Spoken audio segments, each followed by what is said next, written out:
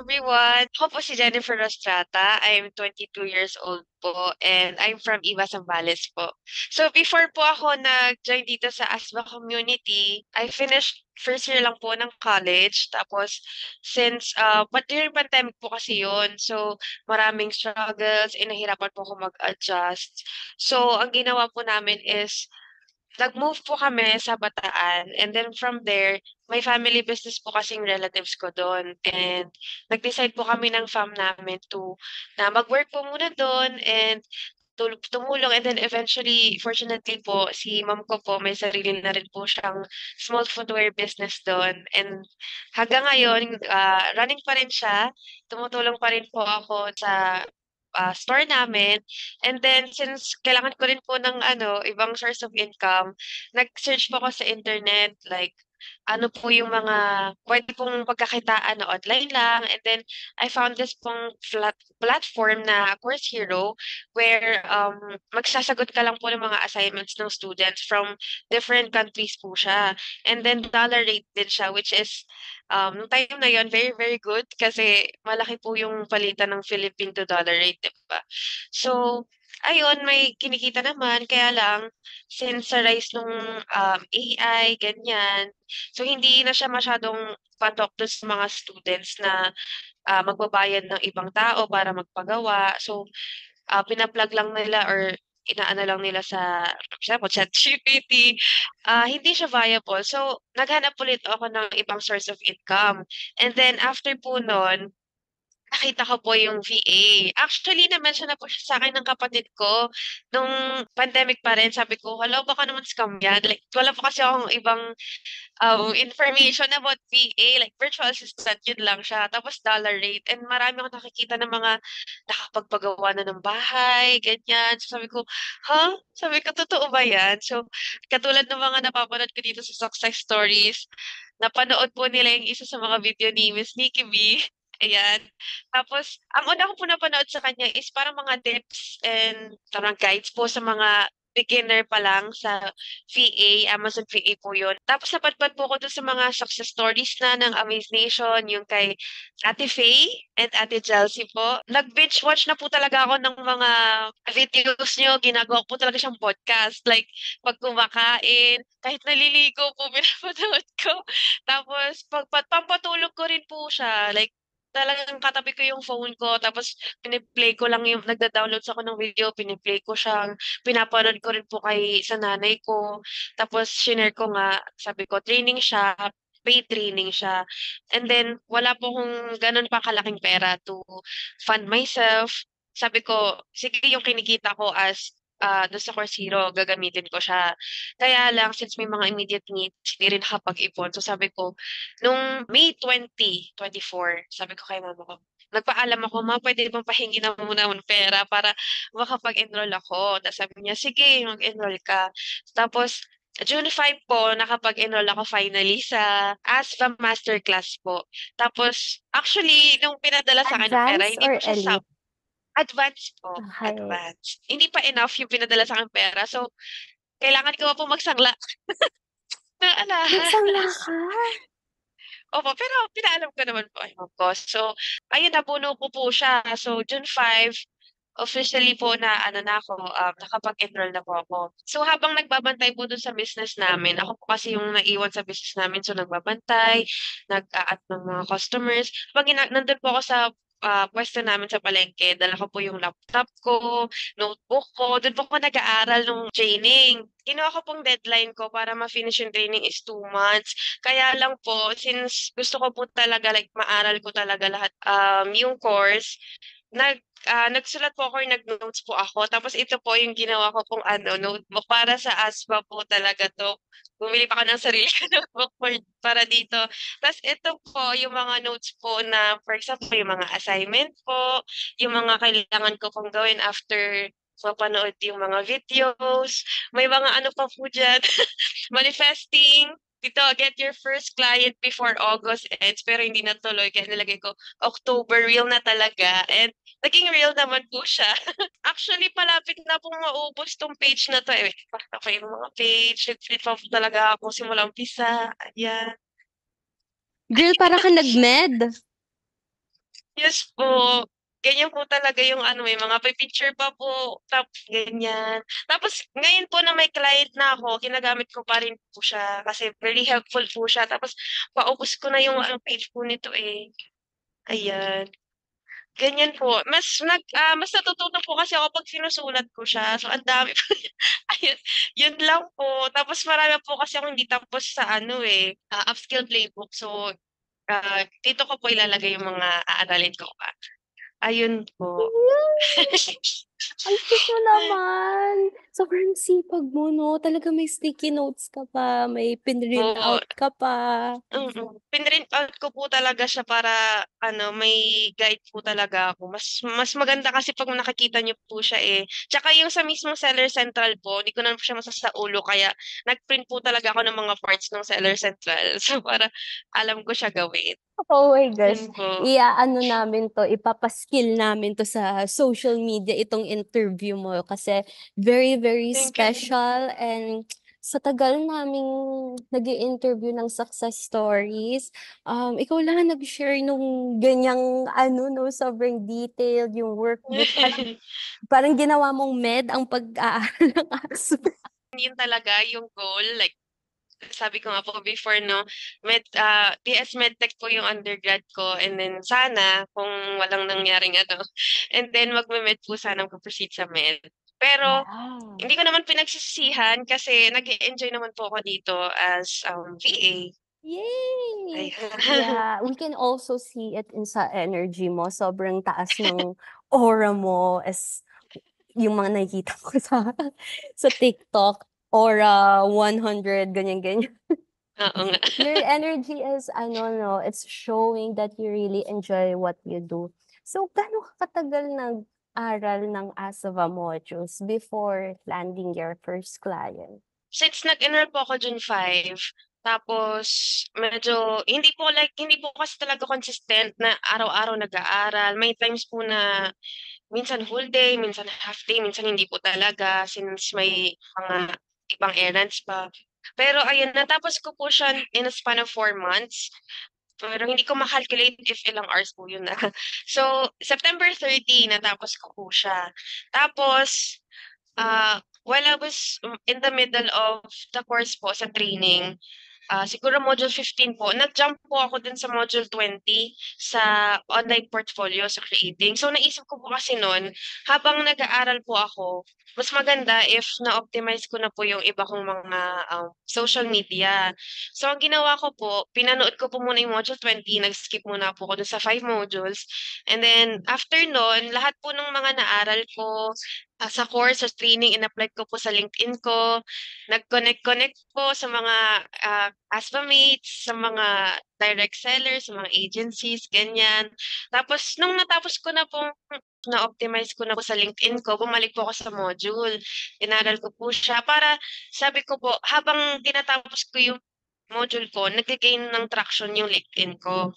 So, and then habang nag-aaral po, araw-araw ko rin pong ino-optimize yung LinkedIn ko. Dapat may nagre-react ako sa post, nagko-comment ako, nag-a-upload ako ng mga natutunan ko rin po sa ASPA, ganyan. Para if ever na magka-client ako, 'pag nakita nila yung LinkedIn profile ko, may makikita sila. September 30 this year po, natapos ko siya, nag-post din po ako dun sa LinkedIn ko ng journey ko simula umpisa hanggang dulo. Makita niyo rin yung mga picture ko po na nasa puwesto talaga, na sa store po namin na nagtatrabaho, ganyan.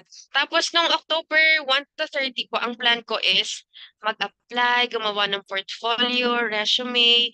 Tapos sabi ko, wait, gagawa muna ako ng ano, mga sample works. So, before po kasi, ang gusto ko is general VA.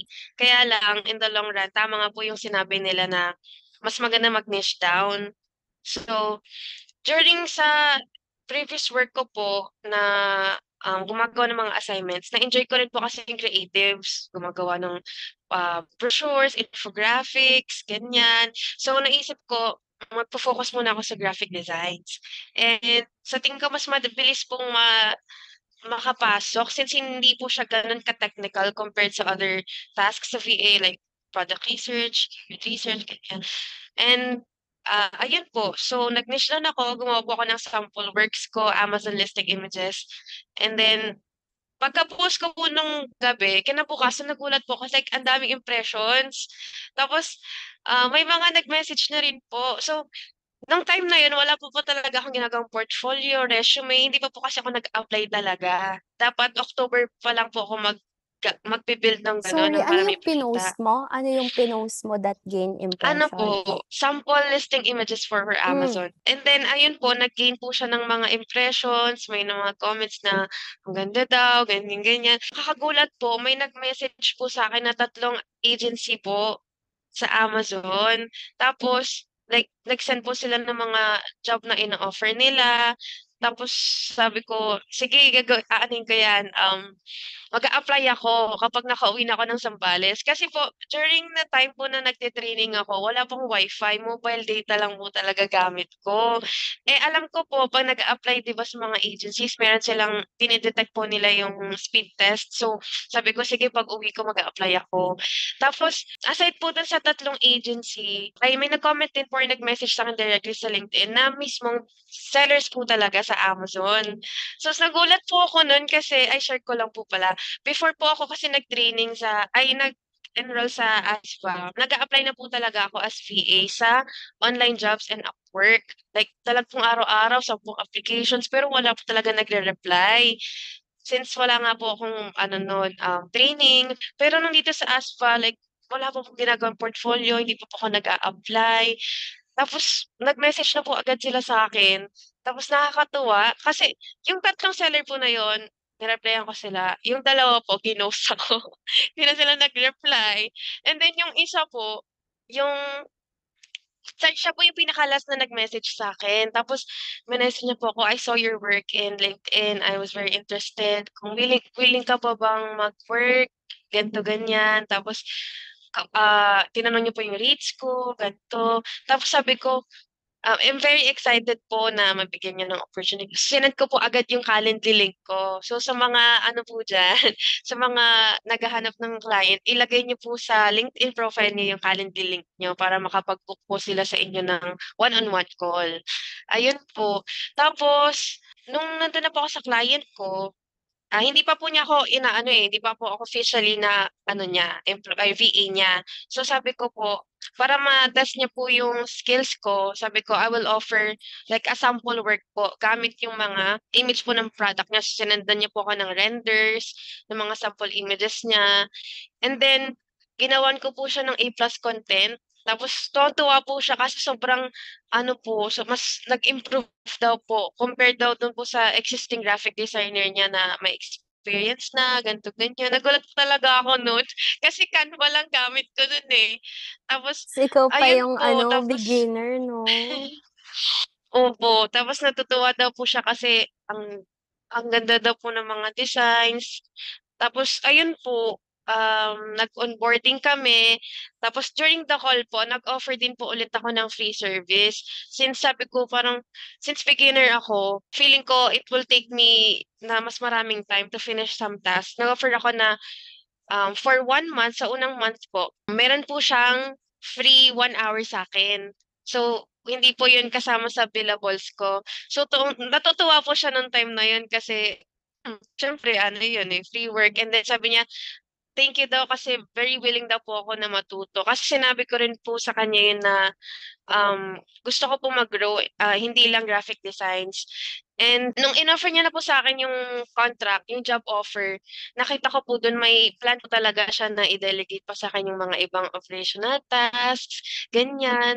Tapos, initially ngayon po, graphic designer pa lang po ako, pero sabi niya po, konting training pa or inaalok niya rin po ako ng mga free training. So may mga meetings din po kami na tinuturuan niya ako sa ibang Amazon tasks. Tapos dun po sa job offer na yun, ang gusto niya po is mag-work po ako sa kanya full-time as Amazon brand manager daw po. Ako po mag-handle ng Lahat yun. marketing and operation department.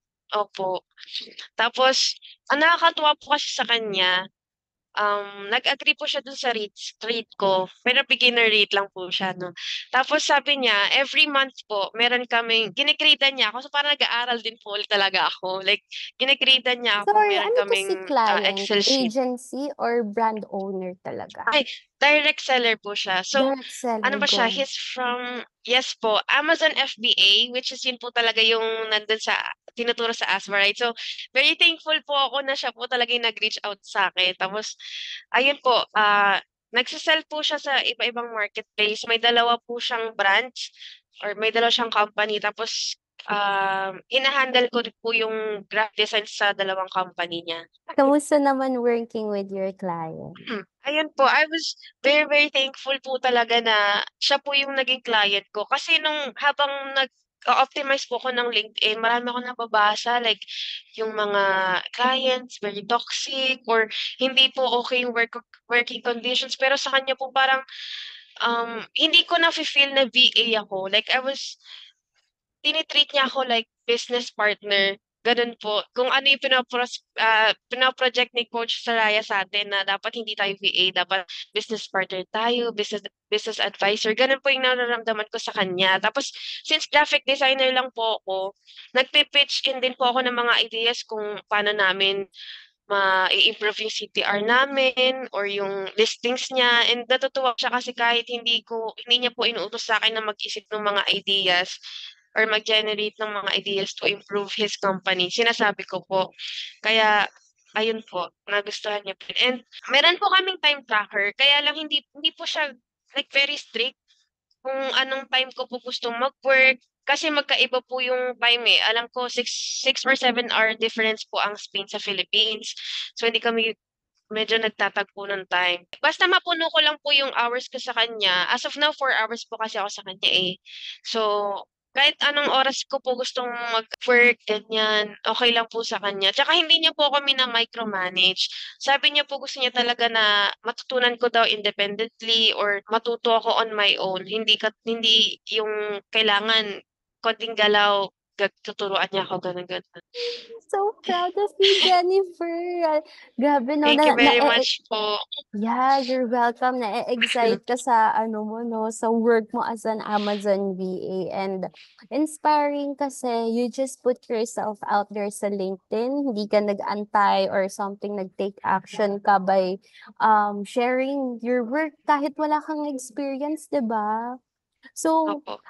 magandang testament yon sa viewers natin ngayon na kailangan i-optimize yung profiles mo, kailangan may training. Kasi iba, lagi kong mina-mention na most of the sellers, 95% of the time, may mga courses din sila, may sarili silang coaches. Kaya kapag nalaman nila ang VA, may course din and may coach, malaking advantage yun pag in-enroll. Yeah, so for those who are interested to become an Amazon VA, go to our description box below. Meron diyang free ebook if you want to have a head start on what it's like to become an Amazon VA like me and Jennifer. Yan. So, mabalik tayo sa iyo, Jennifer, 'no? Kamusta naman ang lifestyle mo now na Amazon VA ka? How has your life changed? It really turned out good. Nung time na yun, I was juggling like iba-ibang works po. So, business po namin. Kailangan ko po mag-focus doon. Tapos, yung Course Hero po, yung job ko before. Tapos, nag-academic services din po kasi ako, like AHAD commissions, pero locals lang. So, tatlo po yun. Tapos, nung before, 18 hours po siguro ako nag-work. Tapos ngayon, 4 hours lang. Tapos, yung income ko po ngayon, like, kapag kinag-combine niyo po yung 18 hours na yun, yun na po yun yung ano ko, yung income ko. Tapos nakakapahinga pa po ako ng mas maigi. So, 18 hours sa dati mong work, ngayong Amazon VA ka, 4 hours, pero mas doble ang kita Opo, mo. opo. Magkano ba yung kinikita mo ngayon? Nakakahiya, just. Ano po, ang rate ko po kasi sa kanya, since beginner rate pa lang po, $5 per hour po. So that's $20 per day.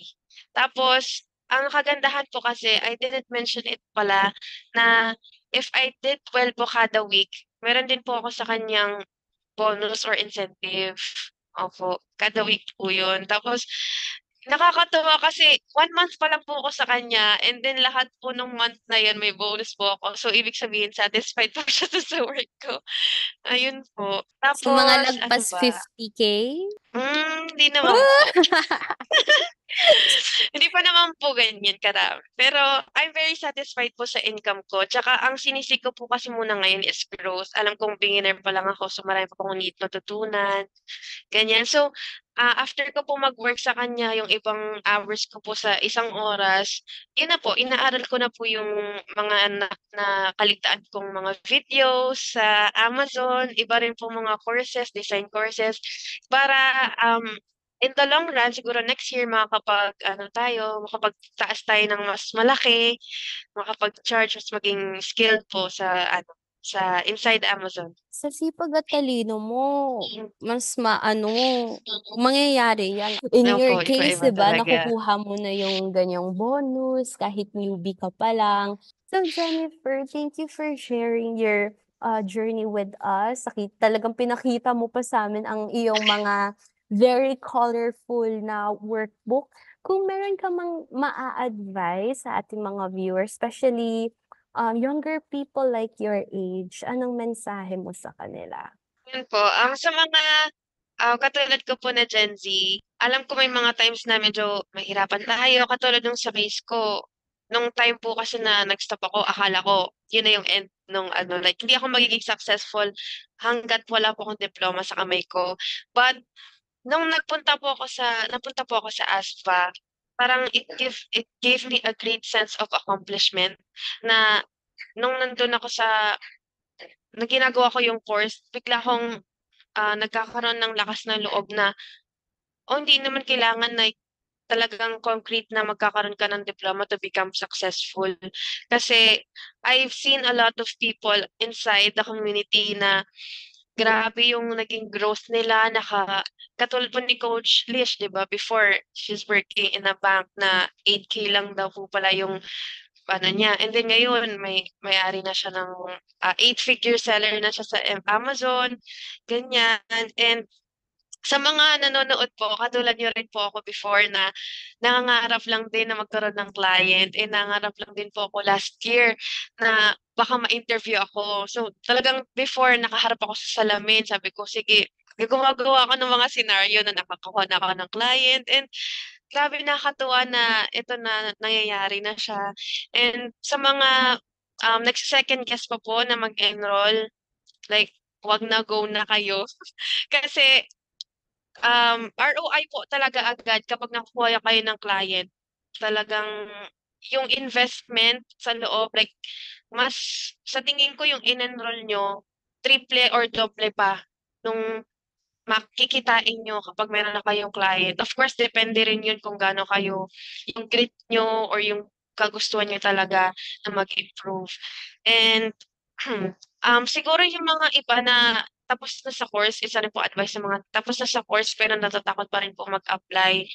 Um, One thing po, hindi nyo kailangan lahat alam agad. Kasi ako po, beginner po ako, wala akong alam-alam sa inside sa Amazon. Pero nag-push through pa rin po ako. Inaisip ko lang po na, sige, kahit hindi ko alam, willing ako matuto. So ako po, graphic designer po ako, ang alam ko lang po gamitin before is Canva. Tapos nung nag-apply na po ako sa client ko, syempre kailangan ng Photoshop, Adobe Illustrator. So dun ko pa lang po talaga siya natutunan yung mga tools. So hindi niyo po kailangan na fully equipped na talaga para mag-apply. As long as you have that drive po talaga na matuto and gawin lahat yung best sa lahat, I'm pretty sure mag-excel po kayo sa craft niyo. And malay niyo, kayo na lang po inaantay ng client. So, yeah. That is so inspiring, no? I love the mindset na tayo lang talaga yung magsi-stop sa sarili natin. Kasi you'll never know, 'di ba? Kung continuous nag-a-apply ang isang applicant, edi sana nakakuha na sila ng kanilang client of their dreams, right? So my last question to you is, are you a proud ASBA member? Yes, I'm a very, very proud ASMA member. I would like to thank pala si Miss Heart Almares po and Sir A.V. Jonathan Tolentino po. Thank you so much for watching this video. If you want to know more about freelancing, follow us on our Facebook, TikTok, LinkedIn, and Instagram page. And if you have any inquiries, just contact the number on your screen. This is your Amaze Nation brand ambassador, Nina, and with Amaze Nation, we provide life-changing learning for extraordinary living. See you next time.